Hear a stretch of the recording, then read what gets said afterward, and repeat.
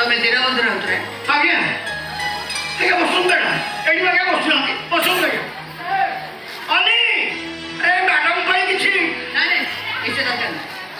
ଏ ଅନେକି ଆଜ୍ଞା ମୋ ବଡ଼ ବୋହୂ ଓ ତମ ତାହେଲେ ଗୋଟେ ବଡ଼ ପୁଅ ଅଛି? ଥିଲା ଆଜ୍ଞା 4 ବର୍ଷ ତଳେ ଗୋଟେ ଗାଡ଼ି ଦୁର୍ଘଟଣାରେ ଚାର ପାଇକି ଚାଲିଗଲା ଆଜ୍ଞା ଅନି ତାହେଲେ ତମର ବିଧବା ବୋହୂ। ଆଜ୍ଞା ତମେ କ'ଣ କର?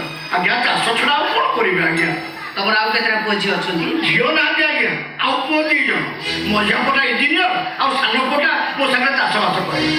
ମୁଁ ତମ ଘରକୁ ଗୋଟେ ପ୍ରସ୍ତାବ ନେଇକି ଆସିଛି। କି ପ୍ରସ୍ତାବ ଆଜ୍ଞା? ବାହାଘର ପ୍ରସ୍ତାବ। ତମ ପୁଅ ସାଙ୍ଗରେ ମୋ ଝିଅ ଯୋଉ ପୁଅ ତମର ଇଞ୍ଜିନିୟରିଂ ପାସ୍ କରିଛି ତାର ଝିଅ। ନମସ୍କାର ଆଜ୍ଞା ସରପତି ନିଅନ୍ତୁ। ମୁଁ ସର୍ବତ ପିଏନି। अरे अनी ए मैडम हम विष्णुर बागर कथा कहउछंती ଆମେ ତ ବାହାଘର ପାଇଁ ଏବେ ପ୍ରସ୍ତୁତ ନୁହଁ। ତା ଛଡ଼ା ସିଏ କହୁଥିଲେ ଆଗ ଚାକିରି କରିବେ ତାପରେ ଯାଇ ବାହା ହେବେ ବୋଲି। ଚାକିରି ନ କଲେ ଚଳିବ। मैडम दया करी आपनको परिचय देले टे भलो होंता ଜାଗୃତି ସାମନ୍ତ ଇଣ୍ଡଷ୍ଟ୍ରିଆଲ